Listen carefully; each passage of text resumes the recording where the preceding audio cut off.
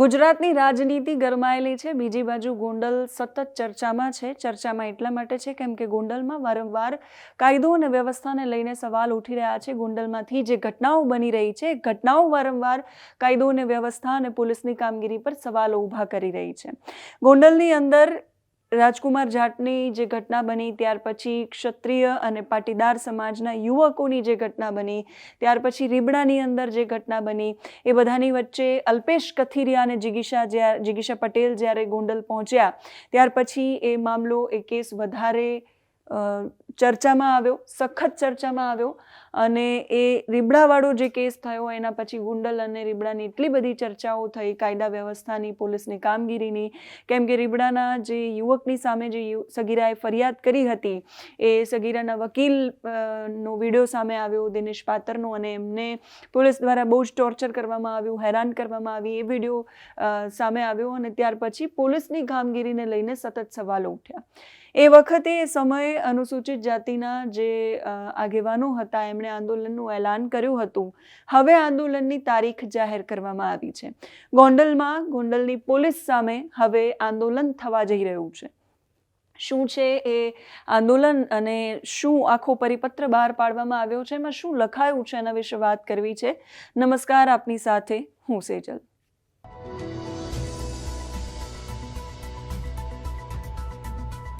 ગોંડલ સતત ચર્ચામાં રહે છે ત્યાં બનતી ઘટનાઓને કારણે, અને ઘટનાઓને કારણે જે ઘટનાક્રમો સર્જાયા છે એના કારણે પોલીસની કામગીરી પર જે સવાલો ઉઠ્યા છે, એ સવાલોને કારણે હવે પોલીસની સામે આંદોલન થવા જઈ રહ્યું છે. અનુસૂચિત જાતિ સમાજ ગુજરાતે આયોજન કર્યું છે રાજકોટ ગ્રામ્ય પોલીસની જાતિવાદી નીતિ વિરુદ્ધ પ્રતિકાર મહાસંમેલન યોજવાનો છે. અનુસૂચિત જાતિ સમાજ, અને એમણે ગોંડલ આવવા માટે હાકલ કરી છે. અને એમાં લખ્યું છે, હમ કર રહે હૈ અબ લલકાર, નહીં સહેંગે અત્યાચાર. તો એ પ્રતિકાર મહાસંમેલનની અંદર લખવામાં આવ્યું છે. પોસ્ટર જે વાયરલ કરવામાં આવ્યું છે, એક તો પહેલાં તો 18 તારીખે આ સંમેલન યોજાવાનું છે ગોંડલની પોલીસની સામે, અને સ્પષ્ટપણે એ શબ્દોમાં લખવામાં આવ્યું છે કે રાજકોટ ગ્રામ્ય પોલીસની જાતિવાદી નીતિ. અને એ સંમેલન જે યોજાવા રહ્યું છે, પ્રતિકાર મહાસંમેલન એનું નામ અપાયું છે.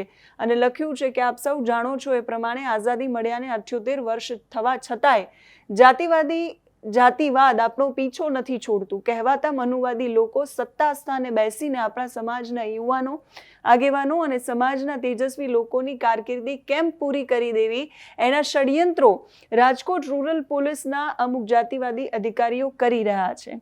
રાજકોટ રૂરલના ગોંડલ તાલુકા પોલીસ સ્ટેશનના પીઆઈ એડી પરમાર અને રાજકોટ ક્રાઇમ બ્રાન્ચના પીઆઈ ઓડેદરા દ્વારા ગોંડલના ચોક્કસ રાજકીય લોકોના ઇશારે આપણા સમાજના યુવાન અને કર્મઠ એડવોકેટ દિનેશ પાતર વિરુદ્ધ પ્રથમ આઈપીસી 306 મુજબ નોંધાયેલ એક ફરિયાદમાં ખોટી રીતે આરોપી બનાવી એની અટકાયત કરી, 12 દિવસના રિમાન્ડની માંગ કરી, નામ કોર્ટમાં રજૂ કરતા રાજકોટ પોલીસને નામદાર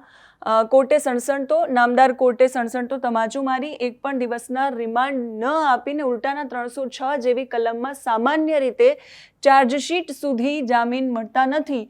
પણ કોર્ટે દિનેશભાઈ પાતરનો આ કેસમાં કોઈ રોલ ન હોવાથી રાજકોટ રૂરલ પોલીસની આબરૂના ધજાગરા કરીને 2 જ દિવસમાં જામીન આપ્યા.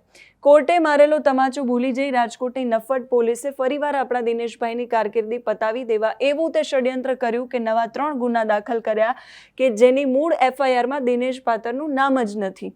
આ એફઆઈઆરમાં આરોપી પિયુષ રાદડિયાના એડવોકેટ તરીકે દિનેશ પાતર ગોંડલ તાલુકા પોલીસ સ્ટેશનમાં આરોપી પોતાના વીપીમાં સહી લેવા ગયા, અને ત્યાં તાલુકાના પીઆઈ પરમાર અને એલસીબીના પીઆઈ ઓડેદરા પિયુષ રાદડિયાને કાયદા અને બંધારણ વિરુદ્ધ અને નામદાર સુપ્રીમ કોર્ટના માર્ગદર્શક સિદ્ધાંતો વિરુદ્ધ ટોર્ચર કરી રહ્યા હતા. આવું ન કરવાનું એક જાગૃત એડવોકેટ તરીકે દિનેશ પાતર દ્વારા કહેવામાં આવ્યું.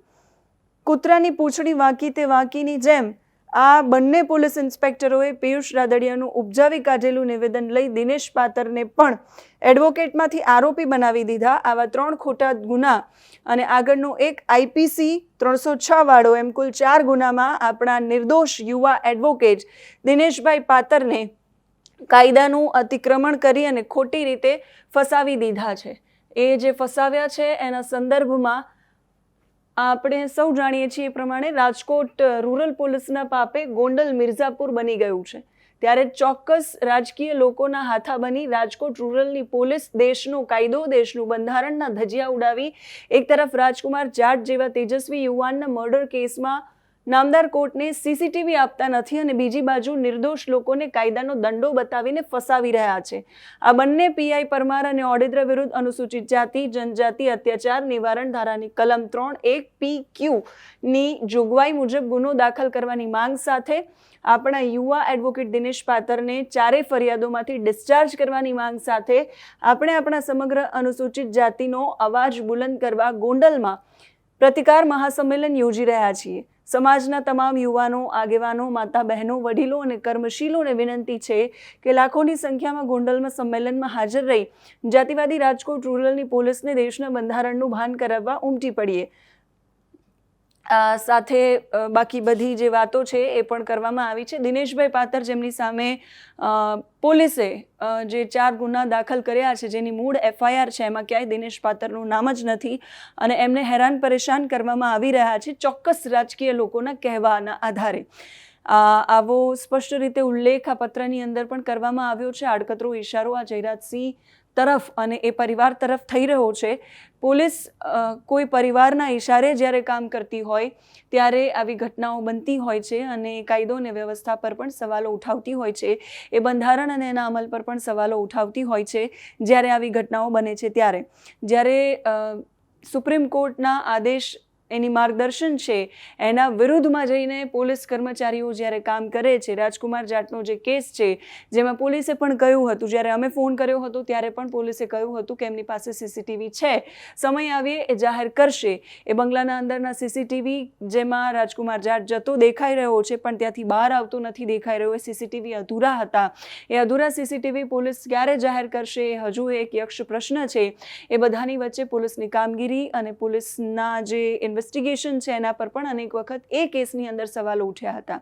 દિનેશભાઈ પાતર વખતે પણ એ જ થયું. દિનેશભાઈ પાતરે એવું કહ્યું હતું કે અમે વકીલ છીએ અને અમારી પાસે આવેલું કોઈ પણ વ્યક્તિ જો એ અમારી મદદ માંગે અને અમને લાગે કે એ મદદ કરવા જેવું છે, અમે એને મદદ કરીએ છીએ. તો એ અમારા અસીલ થયા.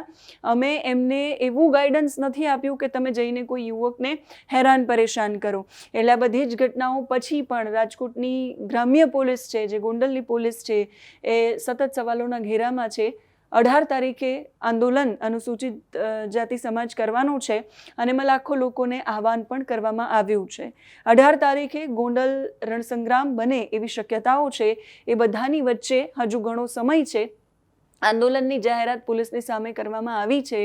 જોવાનું એ રહેશે કે હવે આગળ આ કેસમાં શું થાય છે. આગેવાનોની પ્રતિક્રિયા કેવા પ્રકારની આવે છે, પોલીસના નિવેદન કેવા પ્રકારના આવે છે, કોર્ટની અંદર મેટર ચાલી રહી છે એટલે ત્યાંથી પણ શું જવાબો આવે છે એ જોવાનું રહેશે. તમે શું માની રહ્યા છો એ કમેન્ટ કરીને કહેજો. અત્યારે આ વિડીયોમાં બસ આટલું જ. નમસ્કાર.